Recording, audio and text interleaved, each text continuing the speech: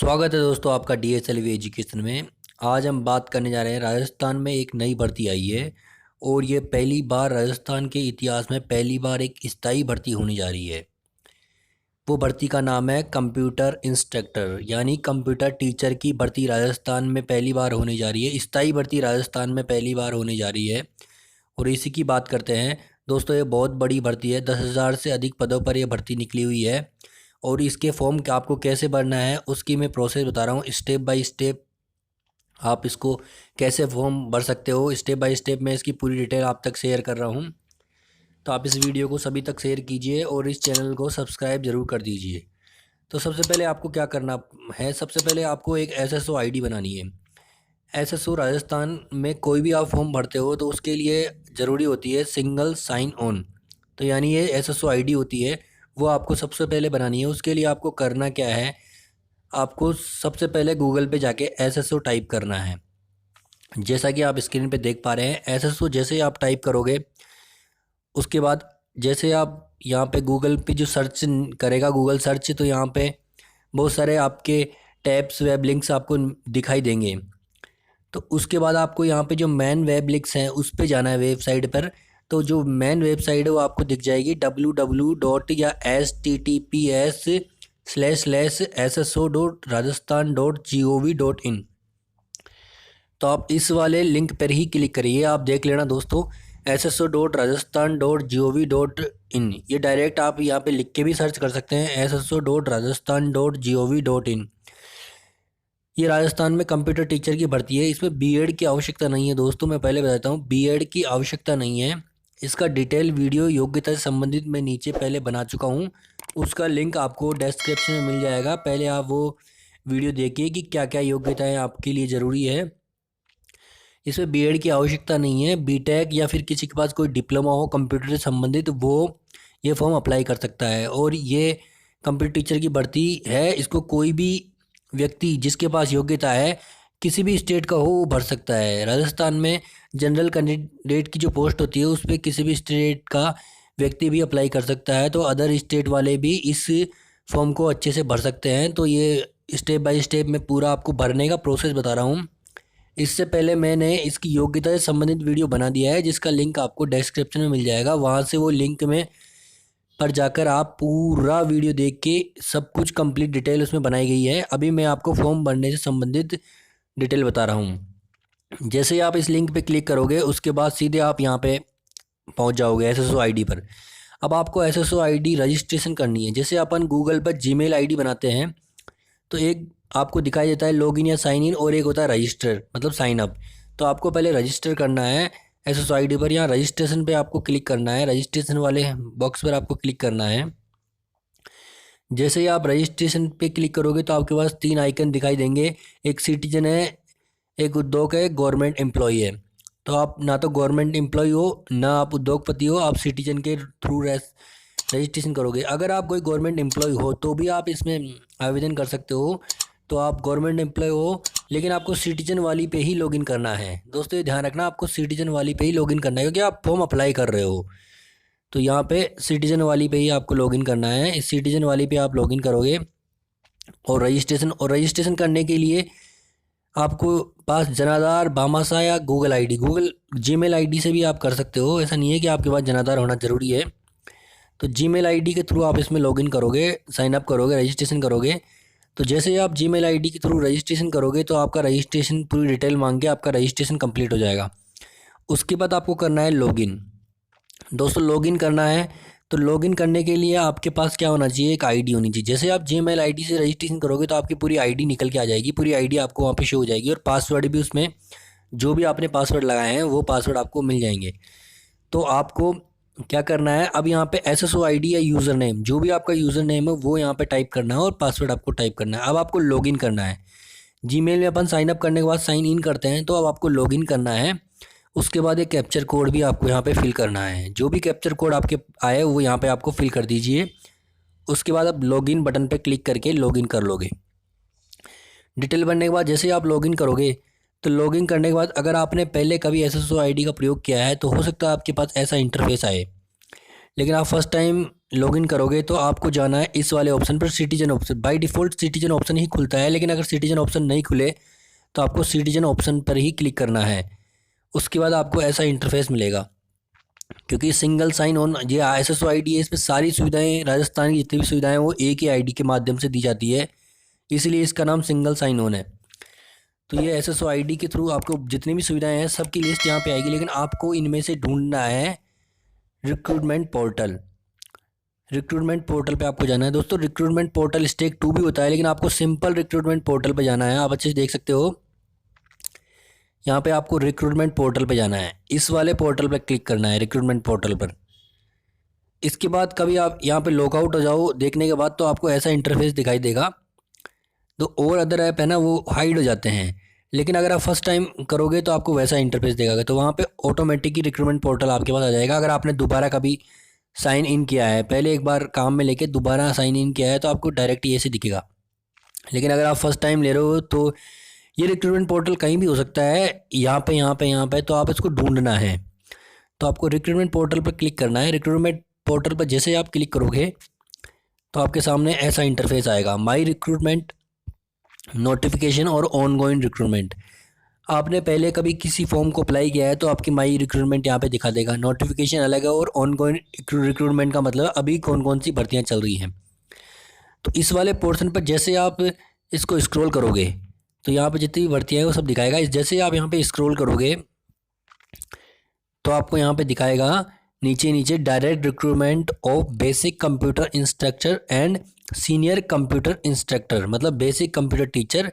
इसको इंस्ट्रक्टर का नाम दिया है, तो ये कंप्यूटर टीचर की ही भर्ती है, तो इसमें कोई डरने वाली बात नहीं है। आपको इस पर क्लिक करना है, अप्लाई नाउ पे आपको क्लिक करना है। नीचे direct recruitment of basic computer instructor and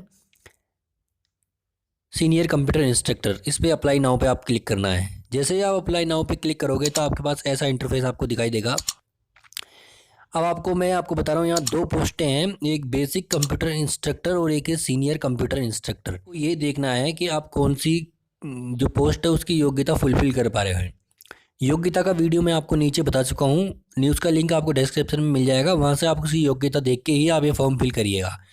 तो यहाँ पे बेसिक कंप्यूटर इंस्ट्रक्टर की अपन बात कर रहे हैं। इसके लिए बेसिकली आपको बैचलर डिग्री होना चाहिए, इसके लिए आपको मास्टर डिग्री होना चाहिए। तो अपन बेसिक कंप्यूटर इंस्ट्रक्टर की बात कर रहे हैं, तो इस पर आपको क्लिक करना है। अगर आप सीनियर कंप्यूटर इंस्ट्रक्टर बात करोगे तो आपको नीचे वाले पे क्लिक करना है। फॉर्म लगभग सेम ही है दोनों का, बस आपको जो योग्यता है एजुकेशन क्वालिफिकेशन, उसके लिए जो क्राइटेरिया है उसको आपको फुलफिल करना ज़रूरी है। इसमें बीएड की आवश्यकता दोनों में ही ज़रूरी नहीं है, बीएड आपके पास हो। अगर आपके पास बीएड हो तो भी कोई दिक्कत नहीं है, नहीं हो तो भी कोई दिक्कत नहीं है, लेकिन इसकी जो मेन रिक्वायरमेंट है वो आपके पास होना ज़रूरी है। जैसे आप वहाँ पे क्लिक करोगे तो आपके पास ऐसा इंटरफेस खुल के आएगा। तो उसमें आपको बेसिक डिटेल भरनी है, फिर पर्सनल डिटेल भरनी है, फिर क्वालिफिकेशन और एक्सपीरियंस, उसके बाद आइडेंटिफिकेशन और एनक्लोजर। ये 4 डिटेल आपको भरनी है, स्टेप बाय स्टेप मैं आपको बता रहा हूँ। जैसे आप बेसिक डिटेल पे क्लिक करते हो तो यहाँ पे आपको आवेदक का नाम भरना है, आपका जो भी नाम है 10th की मार्कशीट में जो भी है 10th की मार्कशीट के अनुसार ही भरना दोस्तों। आपका जो जेंडर है, उसके बाद आपके फादर का नाम है, उसके बाद आपकी मदर का नाम है, उसके बाद डेट ऑफ बर्थ क्या है, और ये ऑटोमेटिक ही काउंट कर ली जाएगी। जैसे आप यहाँ फिल करोगे इस पर डेट ऑफ बर्थ यहाँ ऑटोमेटिक दिखा दिया जाएगा। उसके बाद आपकी कैटेगरी, आप कौन सी कैटेगरी से बिलोंग करते हो। अदर स्टेट वाले जनरल में ही काउंट होंगे, पहले मैं आपको बता देता हूँ। अदर स्टेट वाले जो भी भरेंगे वो जनरल में ही काउंट होंगे, तो जनरल ही भरिएगा, ठीक है। और राजस्थान के जो स्टूडेंट है वो जनरल में भी ईडब्ल्यूएस में काउंट हो सकते हैं। अगर आपके पास ईडब्ल्यूएस बना हुआ है आपका स्टेट है सेंटर का, तो आप जनरल में भरने के बाद ईडब्ल्यूएस में यस करिएगा, ये ईडब्ल्यूएस का कॉर्नर है। लेकिन अदर स्टेट वाले केवल जनरल में ही काउंट होंगे, ईडब्ल्यूएस में भी नहीं होंगे। अगर आपके पास स्पेशल एबल्ड हो तो यस, नहीं तो अदरवाइज़ नो करिएगा। स्पेशल एबल्ड हो तो यस, नहीं तो नो करिएगा। अगर आपके पास आपकी मैरिड हो रखी है तो मैरिज सर्टिफिकेशन नंबर, आपके स्पाउस मतलब जीवन साथी का नेम, या उसके बाद दहेज आपने स्वीकार किया है नहीं किया है। उसके बाद आपके यहाँ पे दे रखा है कि आपके जीवित जो बच्चे की संख्या है बिफोर बॉर्न, ये सब कुछ आपको फिल करना है अगर आप मैरिज हो। और अगर आप अनमैरिड हो तो यहाँ पे अनमैरिड करने के बाद ये सब फिल करने की आवश्यकता नहीं है, और यहाँ पे आप 0 फिल कर देगा अगर आप अनमैरिड है तो, क्योंकि यहाँ पे फिल करना ज़रूरी है 0। और अगर आप मैरिड है और आपके बच्चे हैं तो ये भी आप अपने अनुसार देख लीजिएगा। यहाँ पे रिलीजियस है तो रिलीजियस ऑब्वियसली इसमें आप भर दीजिएगा। उसके बाद ये ईमेल आईडी बाय डिफ़ॉल्ट ले लेगा। ईमेल आईडी जो भी आपके एसएसओआईडी से बनी है वो ईमेल आईडी बाय डिफ़ॉल्ट यहाँ पे आ जाएगी। उसके बाद आपको मोबाइल नंबर आपको फिल करना है और आपके आधार की आईडी भी यहाँ पे फिल करना है दोस्तों।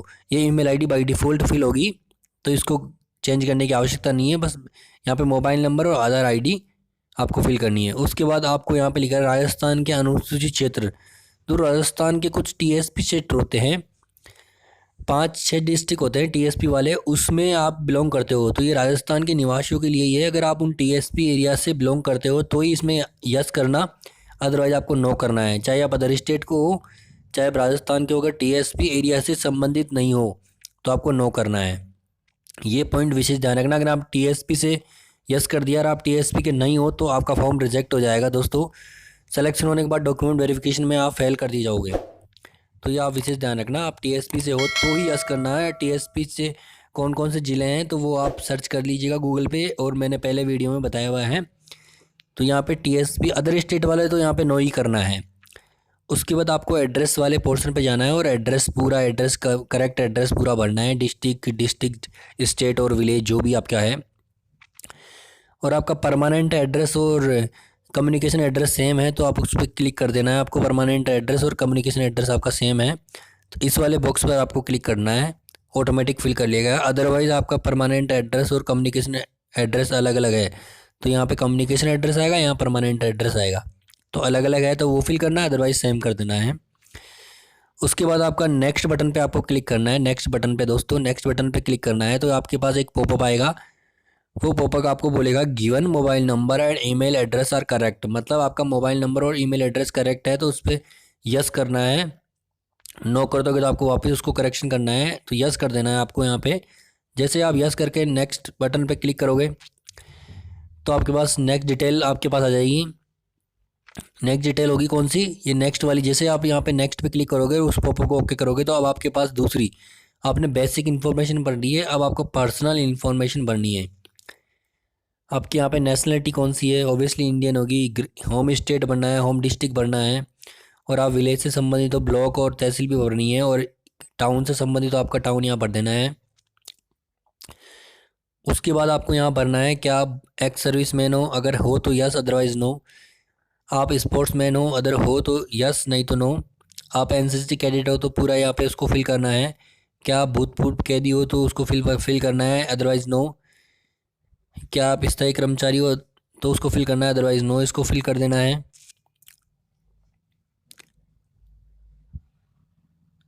उसके बाद आपको यहाँ पे देखना है कि ये एक स्पेशल यहाँ पे कॉलम बनाया गया है, क्या आपकी पारिवारिक वार्षिक आय 2.5 लाख से कम है। ये ईडब्ल्यूएस का सेक्शन नहीं है दोस्तों, ये सबके लिए है, जनरल एसटी एसटी ओबीसी के लिए। क्या आपकी पारिवारिक आय 2.5 लाख से कम है तो यस करना। इसका एक ही फ़ायदा है, आपको फॉर्म की जो फीस होती है ना उसमें आपको रिलैक्सेशन मिलेगा, अदरवाइज़ इसका कोई फ़ायदा नहीं है। केवल फॉर्म की फ़ीस में आपको 100-200 रुपये का रिलैक्सेशन मिलेगा, उसी के लिए कॉलम बनाया गया है, अदरवाइज़ का कोई फ़ायदा नहीं है। तो अगर आप इसको फुलफिल करते हो तो yes, otherwise no. Family income का विशेष ध्यान रखना दोस्तों, सर्टिफिकेट भी यहाँ पे मांगा जाएगा अगर आपने इसको यस किया है तो ये आप विशेष ध्यान रखना है। उसके बाद आपको नेक्स्ट बटन पे वापस क्लिक करना है। नेक्स्ट ये सब कुछ डिटेल फिल करने के बाद नेक्स्ट बटन पे जैसे ही क्लिक करोगे तो आपके पास ऐसा इंटरफेस आएगा। आपने 2 डिटेल आपने भर दिए है, एक बेसिक डिटेल और एक पर्सनल डिटेल। अब आपको क्वालिफिकेशन और एक्सपीरियंस वाली डिटेल पे क्लिक करना है। ऑटोमेटिकली नेक्स्ट बटन पे आप क्लिक करोगे तो आप यहाँ पहुँच जाओगे क्वालिफिकेशन और एक्सपीरियंस वाली डिटेल पर। सबसे पहले इस बॉक्स को टिक बॉक्स करना है, यस टिक लगाना है। उसके बाद आपको यहाँ पे आपकी 10th की पूरी डिटेल आपको भरनी है, 12th की भरनी है, और ग्रेजुएशन की। ग्रेजुएशन कौन कौन सी है उसमें दिखा रखा है। अगर आपके पास ग्रेजुएशन केवल सिंपल ग्रेजुएशन है, बीए बीएससी बीकॉम, तो आपके पास ये सर्टिफिकेट होना जरूरी है। 1 साल का 1 ईयर का डिप्लोमा आपके पास ज़रूरी है।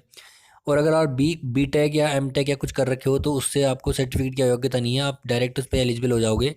तो यहाँ पे आपको क्या करना है, कौन से सब्जेक्ट में करना है, कौन सी यूनिवर्सिटी से आपने किया है, यहाँ पे आपका रोल नंबर, यहाँ पे आपका रिजल्ट, यहाँ पे आपका पासिंग ईयर आपको फिल करना है, और यहाँ पे आपको परसेंटेज फिल करनी है। ऐसे आपको तीनों में भरना है। 12th की डिटेल भी आपको यहाँ पे ऐसे कंप्लीट भरनी है, और ग्रेजुएशन की डिटेल भी आपको ऐसे कंप्लीट भरनी है। ग्रेजुएशन की बात कर रहा हूँ तो मैं आपको बता देता हूँ। यहाँ पे ग्रेजुएशन के लिए यहाँ पे इसमें आपको डायरेक्ट मिलेगा BSc in computer science, bachelor in engineering, BTech आप सीएस से हो, आईटी हो, ईसी से हो, ई से हो, इलेक्ट्रिकल इंजीनियर से, इलेक्ट्रिकल एंड इंस्ट्रूमेंटेशन से हो, टेलीकम्युनिकेशन से हो, या बीसी हो, या सिंपल ग्रेजुएशन हो। तो जिससे भी आप हो तो बॉक्स पे आप क्लिक उस बॉक्स पे आप क्लिक करोगे तो आप वहाँ पे ऑटोमेटिक भर ली जाएगी। तो आपको ये ध्यान रखना है, आपकी योग्यता के अनुसार ही टिक करना है, टिक मार्क करके आगे बढ़ जाना है।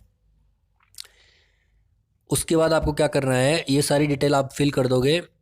अगर आपके पास पोस्ट ग्रेजुएशन तो भर सकते हो, पोस्ट ग्रेजुएशन भी। उसके बाद आपको करना है, आपको कभी भी किसी भी प्रकार से बोर्ड ने आपको डिबार्ट किया है, मतलब आपने अनुचित साधनों का इस्तेमाल किया है और आपको परीक्षा से बाहर किया है, आपको ऐसा नहीं किया होगा तो आपको नो पे क्लिक करना है। अगर किया है तो ये पूरी डिटेल आपको भरनी है। जैसे आप नो पे क्लिक करके फिर आपको नेक्स्ट बटन पे जाना है। नेक्स्ट बटन पे जैसे क्लिक करोगे तो आप नए इंटरफेस पे पहुंच जाओगे।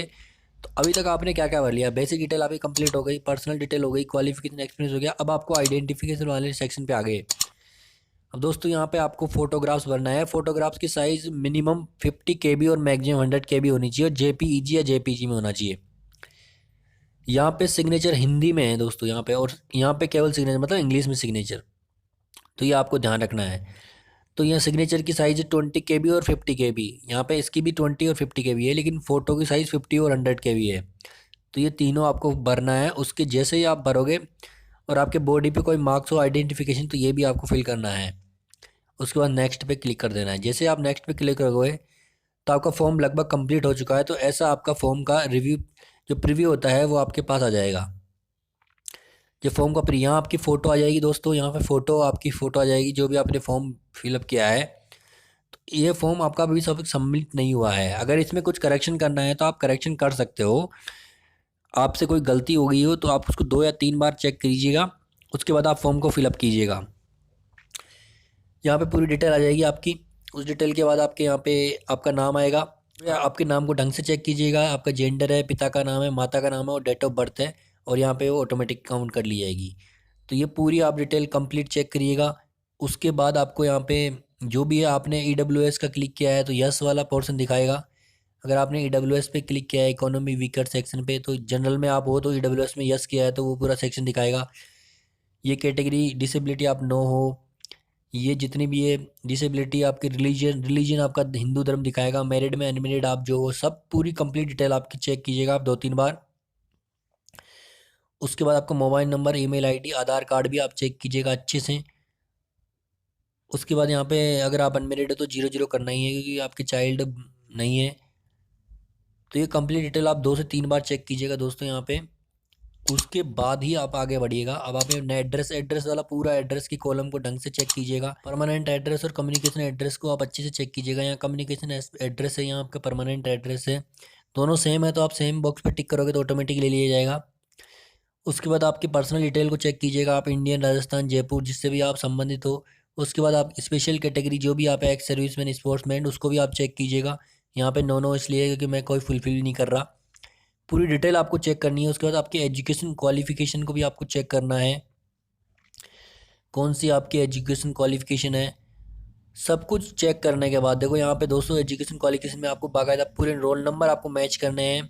कंप्लीट डिटेल आपको पूरे रोल नंबर के साथ मैच करनी है, परसेंट सब कुछ मैच करने के बाद यहाँ पे अब लिखा हुआ है फीस। जो फीस का स्टेटस है, मतलब अभी तक आपने फीस जमा नहीं कराई है, मतलब आपने फाइनल सबमिशन नहीं किया है। उसके बाद आपको यहाँ डिक्लेरेशन पे टिक करना है अगर आपकी सारी डिटेल सही हो तो। अदरवाइज अगर आपकी डिटेल सही नहीं हो तो अपडेट पे जाके आप डिटेल को चेंज कर सकते हो। अगर आपकी डिटेल मिस्टेक होने के बाद आपने सबमिट कर दिया है तो दोस्तों फॉर्म सबमिट होने के बाद उसमें चेंज नहीं होगा। उसके बाद बोर्ड के ऊपर है कि आपको मौका देता है कि नहीं देता, लेकिन वो बाद में प्रॉब्लम वाली एक पैनिक वाली सिचुएशन हो जाती है। इसलिए आप डिटेल को 2 बार चेक कीजिएगा, 3 बार चेक कीजिएगा फाइनल सबमिशन से पहले। जब आपका सबमिशन हो जाए तो यहाँ पे आप इस बॉक्स पर डिक्लेरेशन बॉक्स पे क्लिक करके आपको फाइनल सबमिट करना है। जैसे आप फाइनल सबमिट कर दोगे तो आपके पेमेंट का ऑप्शन आ जाएगा, आपको फ़ी पेमेंट करनी है। जैसे ही आप फाइनल सबमिट करने के बाद पेमेंट फिल कर दोगे, पेमेंट जमा करा दोगे, तो आपके पास ऐसी जो स्क्रीन पे दिखाई दे रही है वैसी ये ग्रीन वाला बटन, जो रेड वाला बटन था आपका वो ग्रीन वाला बटन हो जाएगा। जैसे पहले यहाँ पे पेमेंट आपने सबमिट नहीं किया था तो ये बॉक्स आपका जो था ये नोट सबमिटेड दिखा रहा था, यहाँ पे नोट सबमिटेड फ़ी जो स्टेटस है वो नोट सबमिटेड दिखा रहा था। अब आपका जो फ़ी स्टेटस है वह सबमिटेड आपको दिखा देगा। यहाँ पे फी सबमिटेड और ये ग्रीन दिखा देगा। उसके बाद आपकी डेट और टाइम आ जाएगा, सक्सीड दिखा देगा और आपका अमाउंट और आपका रिसिप्ट नंबर आपको दिखा देगा। जो आपसे मैं आपको बता रहा था, एक कॉलम आया था आपके पास 2.5 लाख से कम इनकम वाला, तो उसके लिए आप यस करोगे तो आपकी जो ये फॉर्म की फ़ीस है वो थोड़ी कम हो जाएगी, लेकिन उसके लिए आपके पास सर्टिफिकेट होना बहुत ज़रूरी है। आपकी फैमिली इनकम 2.5 लाख से कम होना बहुत ज़रूरी है, उसका सर्टिफिकेट होना बहुत ज़रूरी है। दोस्तों फैमिली इनकम की बात कर रहा हूँ मैं, तभी आपको यस कर दीजिएगा, नहीं तो आपका फॉर्म रिजेक्ट कर दिया जाएगा जब डॉक्यूमेंट वेरिफिकेशन होगा तब। तो यहाँ पे आपके रिसिप्ट नंबर और सब कुछ कंप्लीट डिटेल आपके पास आ जाएगी। तो फॉर्म की फ़ीस जमा होने के बाद आपका फॉर्म ऑटोमेटिकली सबमिट हो जाएगा और फिर उसमें कोई भी चेंज नहीं होगा, इसलिए और फ्री में पेमेंट करने के बाद आपका फॉर्म कम्प्लीटली सबमिट हो जाएगा। तो दोस्तों ये पूरी डिटेल मैं स्टेप बाय स्टेप आपके साथ शेयर कर रहा हूँ कैसे आपको फॉर्म भरना है। यहाँ पे ऐसा कोई बाउंडेशन नहीं है कि अदर स्टेट वाले नहीं भर सकते हैं, कोई भी स्टेट का हो, किसी भी स्टेट का हो, वो भर सकता है। बस आपको ध्यान रखना है दो तीन चीज़ें। एक तो आप क्वालिफिकेशन जो उसकी मांगी है एजुकेशन की, वो आप फुलफिल करे होने चाहिए। दूसरी, अदर स्टेट वाले जनरल में काउंट होंगे तो आप टीएसपी वाले सेक्शन को बिल्कुल यस नहीं करना है। नो, जो अनुसूचित क्षेत्र वाला जो कॉलम मैं आपको बताया था उसको आपको नो करना है ना। अदर स्टेट वाले जनरल में ही काउंट होंगे। डॉक्यूमेंट्स जो आपके फुलफिल नहीं करते हैं तो आपको वहाँ से बाहर कर दिया जाएगा। तो इसलिए आप पूरी डिटेल बिल्कुल एक्यूरेट भरनी है और बिल्कुल करेक्ट भरनी है। 10th की मार्कशीट के अकॉर्डिंग, 10th के सर्टिफिकेट के अकॉर्डिंग आपको अपनी डिटेल को फिलफिल करना है, तो आपका फॉर्म सबमिट हो जाएगा दोस्तों। तो ऐसे आप कंप्यूटर बेसिक कंप्यूटर इंस्ट्रक्टर और सीनियर कंप्यूटर इंस्ट्रक्टर की पोस्ट के लिए आप फॉर्म को सबमिट कर दोगे। उसके बाद इसका एग्ज़ाम है, जो एग्ज़ाम आपको इसकी डेट बाद में बताई जाएगी। वैसे इसका मई और जून में टेंटेटिव मंथ इसका घोषित किया है बोर्ड ने, अधीनस्थ बोर्ड ने। ये जो एग्ज़ाम राजस्थान अधीनस्थ बोर्ड करवा रहा है, तो इसका एग्ज़ाम मई जून में हो जाएगा कि अधीनस्थ बोर्ड एक्यूरेट टाइम पे लगभग चलता है। अप्रोक्सीमेट 99% मई या जून में आपका एग्ज़ाम हो जाएगा। तो इसकी प्रिपरेशन आप कर लीजिए। इसका सिलेबस की जो लिंक है, जो उसका टेलीग्राम लिंक मैं आपको दे दूंगा, उसकी पीडीएफ आपको उस टेलीग्राम लिंक पे मिल जाएगी। वहाँ से आप सिलेबस डाउनलोड कर लीजिए और वहीं से आप इसकी योग्यता भी देख लीजिए। उस वीडियो का लिंक भी आपको नीचे डिस्क्रिप्शन में मिल जाएगा। तो कोई भी स्टेट वाला हो तो उसको अप्लाई कर सकता है। बस आपकी ये 3-4 चीज़ें हैं जो मैं वीडियो, उसका लिंक आपको डिस्क्रिप्शन में मिल जाएगा, उसको देख के आप अपना फॉर्म फिल कीजिए। तो दोस्तों अभी तक भी आपने इस चैनल को सब्सक्राइब नहीं किया है तो लाल बटन दबा के सब्सक्राइब जरूर कीजिए और बेल आइकन दबाना बिल्कुल भी नहीं भूलिए। बेल आइकन दबा कर ही जाइए और साथ में सभी तक ये वीडियो शेयर कीजिए, फेसबुक, व्हाट्सएप, टेलीग्राम, सभी लोगों तक ये वीडियो पहुंचाइए, क्योंकि ये भर्ती है राजस्थान के इतिहास में पहली बार स्थायी भर्ती होने जा रही है कंप्यूटर टीचर की, जो बेसिक कंप्यूटर इंस्ट्रक्टर और सीनियर कंप्यूटर इंस्ट्रक्टर के नाम से होने जा रही है। अब राजस्थान की गवर्नमेंट स्कूल में भी अब कंप्यूटर टीचर बच्चों को मिलेंगे, तो ये राजस्थान के इतिहास में पहली बार स्थायी भर्ती होने जा रही है। तो सभी तक इस वीडियो को फैलाइए, सभी दोस्तों को बताइए और इस चैनल को सब्सक्राइब करके ही आप जाइए, ताकि आपको ऐसी जानकारी, आपको अपडेट टाइम टू टाइम मिलती रहे। तो बेल आइकन को हिट करना बिल्कुल भी ना भूलिए।